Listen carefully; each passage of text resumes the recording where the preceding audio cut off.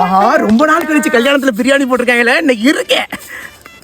மாப்பிள நான் இடத்த பிடிச்சினேன், நீ அங்க 4 பேருக்கு இடத்த போட்டுரு. என்னையா உட்காந்து சாப்பிட்டு இருக்கோம், நீ பாட்டு தள்ளி விட்டு வந்து பின்னாடி நிக்கிறேன். என்ன தம்பி கோச்சுக்காதனே, கூட்டம் அதிகமா இருக்குண்ணே, அதானே பின்னாடி வந்து நின்று இடத்த பிடிச்சேன். இடத்த பிடிக்கிறியா? இது என்ன ட்ரெயினா பஸ்ஸா? நாங்க என்ன சாப்பிட்டுட்டு இங்கே உட்கார போறோமே, எழுந்திரிச்சு போய் தொலை தானே போறோம். கோச்சுக்காதனே, சாப்பிடுனே. முதல்ல கையடியா, பின்னாடி நின்று பொண்டாட்டி வரசுற மாதிரி வரசிக்கிட்டு இருக்க.